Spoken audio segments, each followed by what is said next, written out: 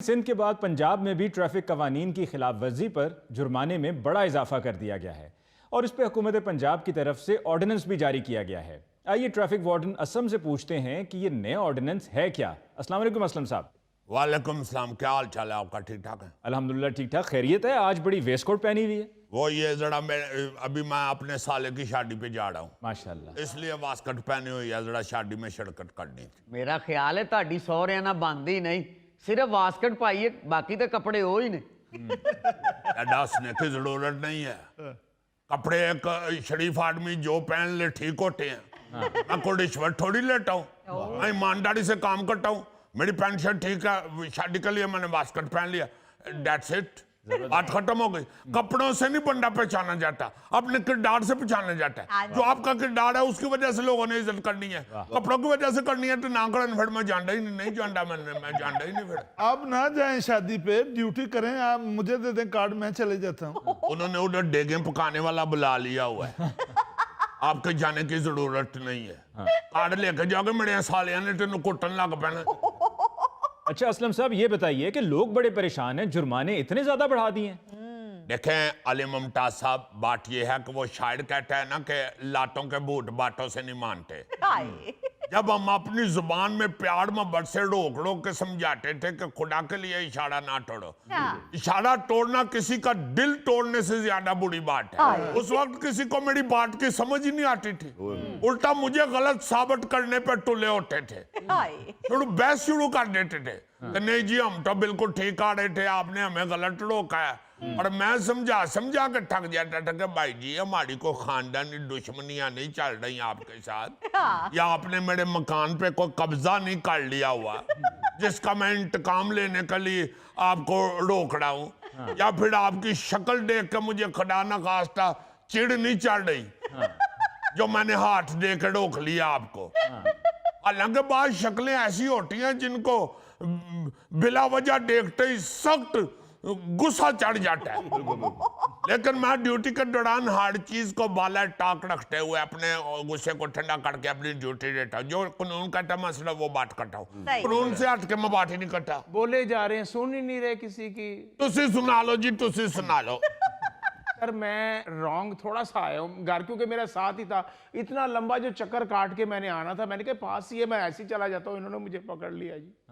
अब बताएं, अब एक मिनट एक मिनट अली साहब आप बताएं, अब ये बंदा बात ठीक कर रहा है या गलत कर रहा है? नहीं, बिल्कुल गलत बात कर रहे हैं, अपनी जान को भी खतरे में डाला इन्होंने। हुन सुना नहीं, घर मेरा इतनी दूर है तो मैं इतनी दूर से जो आऊंगा। वो इतनी दूर से तेरिया बाहों ही निक्कियां निक्कियां ने ते लग रहा नेड़े ही है। ਜਿਹੜੇ ਬੰਦੇ ਇਸ਼ਾਰਾ ਨੇੜੇ ਆ ਕੇ ਤੁਹਾਨੂੰ ਵੇਂਦੇ ਨੇ ਤੇ ਪੈਦਲ ਟੁਰਨ ਲੱਗ ਪੈਂਦੇ ਨੇ, ਉਹਨਾਂ ਦਾ ਪਤਾ ਲੱਗ ਜਾਂਦਾ ਤੁਹਾਨੂੰ कि ड्रामा। फौरन पता चल जाता है। ये सारी चालाकियां हम देख चुके हैं, ये बड़ी तेज चीज होते हैं, वन वे काट के आ रहे होते हैं, जब किसी वार्डन पे ध्यान पड़ता है तो फटाफट नीचे उतर के तो पैदल शुरू हो जाती है चल। यार तुम हमें अंडा समझ रहे हो? ਅੰਡਾ ਕੀ ਮਤਲਬ ਜਿਹੜਾ ਸਵੇਰੇ ਪਰਾਠੇ ਨਾਲ ਖਾਈਦਾ ਨਾਸ਼ਤੇ 'ਚ? और अंडा नहीं यार, ब्लाइंड आपने एक अच्छे भले अफसर को एग बना दिया, हद हो गई आपकी। अच्छा तो असलम साहब, आप बता रहे थे कि दौरान ड्यूटी आप गुस्सा बिल्कुल नहीं करते। बिल्कुल नहीं, दौरान ड्यूटी में अपनी फीलिंग जो है वो हिडन रखता हूँ, और इस फीलिंग को सिर्फ अपने ससुराली रिश्तेदारों के लिए महफूज कर लेता हूँ। जितना मुझे गुस्सा 6.5 महीने में चढ़ा हुआ, अब मैंने जाना है ना साले की शादी पे, उधर जाके किसी ना किसी पे हटाल दूंगा। मैं आपका साला तो नहीं जो मुझ पे आपने गुस्सा किया है। गुस्सा क्या किया? आपका तो चलान किया, आपका गुस्सा तो नहीं किया है। आपने सबसे पहले मोटरसाइकिल से चाबी निकाली है, फिर उसके बाद साइड पे खड़ी की है, उसके बाद चलान काट लिया। मोटरसाइकिल तो चाबी कटी है, मैं तेरे मोटरसाइकिल का को कोंड नहीं चौक लिया। फजूल बात ना करो, चाबी इसलिए निकालते हैं कि तुम लोग दौड़ जाते हो। मेरी मोटरसाइकिल में पेट्रोल बिल्कुल थोड़ा सा था, मैं पेट्रोल डलवाना था, इसलिए मैं नजदीक से जरा मैंने वापस आ गया। और तुम्हारी शक्ल देख के ये पता चल रहा है कि तुम एक इंतहाई बहाना खोड़ आदमी हो। मुझे पक्का यकीन है कि तुम रोजाना घर जाके अपनी बेगम हमारी भाभी की बिस्ती से बचने के लिए उसके साथ भी मसलसल झूठ बोलते हो। अली साहब आप बताएं, एक बंदा वन वे तोड़ के आ रहा है, उसका चलान बनता है कि नहीं? आप सब माशाल्लाह फजूल लोग बैठे हुए हैं। असलम साहब, आप भी माड़े गरीब लोगों का चलान करते हैं, जो फोन मिला के बड़े अफसर से बात करा देता है तो आप उधर ही चक हो जाते हैं। असि ते सोने नहीं सकते ये कहोगे ना। अब प्रोग्राम देखता हूँ बड़ी साहब जो आप बार बार अगले को इश्तिहार दिलाने के लिए कहते ना ओए ओए असि ते सोने नहीं सकते, ये जो ये बात कर रहा है आपका साथी, इसको कहीं जरा आके जो इशारा तोड़ के दिखाए मुझे। अगर मैं तुम्हें छोड़ गया तो तब कहना कराओ जिसका मर्जी फोन, सिर्फ पड़ जाए अपनी का फोन ना कराना। इनको छोड़ें असलम साहब, आप अपनी बात जारी रखिए, बताइए कि मामला क्या है। देखें अपना अली मुमताज साहब, इस सब के बाद भी जब लोग बहस करते हैं तो हम जिद जरूर होते हैं, लेकिन चलान के अलावा कुछ समझ भी नहीं आती कि क्या करे इनका, बड़ी चलान ही करना पड़ता है। चलान भी इतना सा होता था, जुर्माना इतना होता था कि ऊंट के मुंह में एक जीड़ा, सिर्फ एक जीड़ा, और आप समझते हैं एक जीड़ा कितना कोट है। अब सारा कुछ होगा कैमरों की मदद से।